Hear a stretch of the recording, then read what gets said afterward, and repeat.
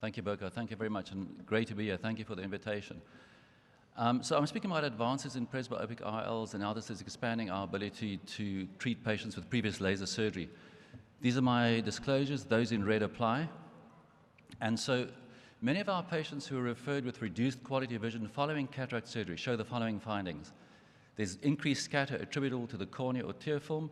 There are wavefront aberrations that are higher in the cornea than in the IOL, or the internal aberrations. And there's topographic evidence of small optical zones, decentered optical zones, etc. So the cataract surgery unmasks the corneal aberrations. And patients that have previously undergone keratorefractive procedures and enjoyed the benefits of good vision demand similar results after IOL surgery. We currently have two options, monovision or blended vision, or the multifocality or presbyopia correcting IOLs.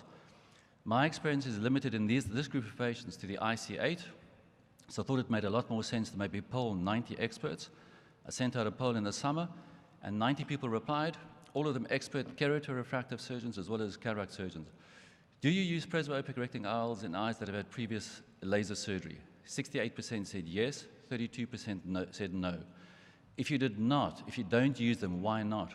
48% said, well, poor results previously. 32% said, I'm unsure about which patients are suitable. And 16% said, I don't know which lens to use.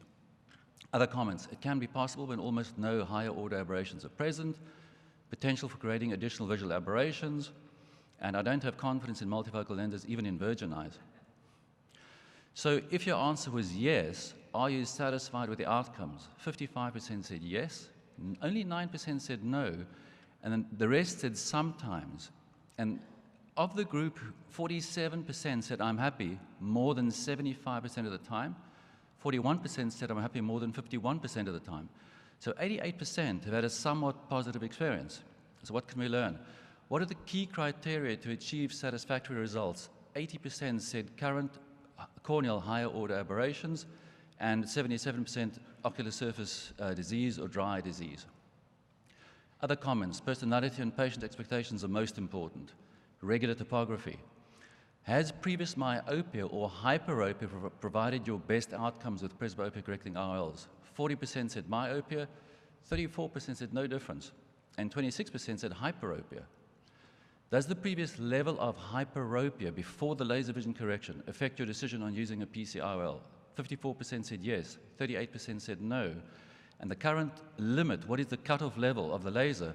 Average of plus 3.64 with a trend down. So most people are more comfortable with lower levels of hyperopia.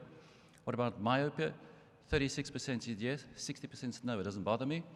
What's the current limit? On average, minus 6.1, but a trend upwards. So people aren't really bothered by higher levels of myopia. What amount of angle kappa is your upper limit for a multifocal IOL? Under 450 micron, 16%, under 500, 29%, doesn't matter. 31% of our colleagues thought it didn't matter. It's all about preoperative discussion. Given the right patient, I would have operated on any angle kappa. I don't routinely check for angle kappa with normal cataract surgery. I never really found a correlation, although more than 500 sounds to me a good cutoff, not a cross. Not sure it matters. We heard earlier from Jack Holliday that maybe 600 is the place to go. Which IOL design has provided your most satisfactory results? So the winner goes to pinhole optics, followed by trifocals. In previous laser vision corrections, who are your best or worst candidates? So best candidates, patient motivation is the strongest driver for surgery. The wrong personality is the strongest negative driver.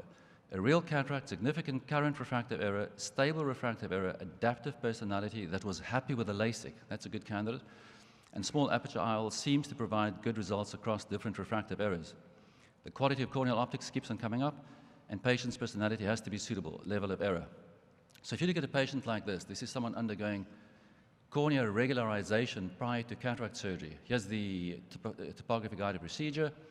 This is the preoperative small optical zone, post-operatively, and in this particular case, the vision improved to 20/20 and cataract surgery was postponed. So in many of these patients, if you correct the corneal aberrations, you're going to find a significant improvement in vision. I'm going to just finish with the Australian IC8 IOL share study. I have no interest in IC8 except I use the lens. They looked at 8 clinics in Australia, and they found that 15.6% of eyes presented with irregular corneas due to different things, and 18.7% of all patients had an irregular cornea. These were the lenses used mostly, monofocals, monofocal torics, and then the IC8. So the IC8 had a greater usability in irregular corneas than all the other presbyopic lenses put together. And if you look at the share in this market, more than half of the lenses implanted with irregular corneas, the IC8 was chosen, and it's even going into the normal cornea now with trifocals most, then bifocals, then IC8 in Australia. So in conclusion, up until relatively recently, using a presbyopic correcting IOL was contraindicated in eyes that had undergone previous keratocondylar refractive surgery. That is clearly no longer the case. Corneal optics and ocular surface are key. Patient personality is very important. The pinhole optic IOL may be the best, but many are getting good results with all of the presbyopic correcting IOLs. Thank you for your attention. Thank you.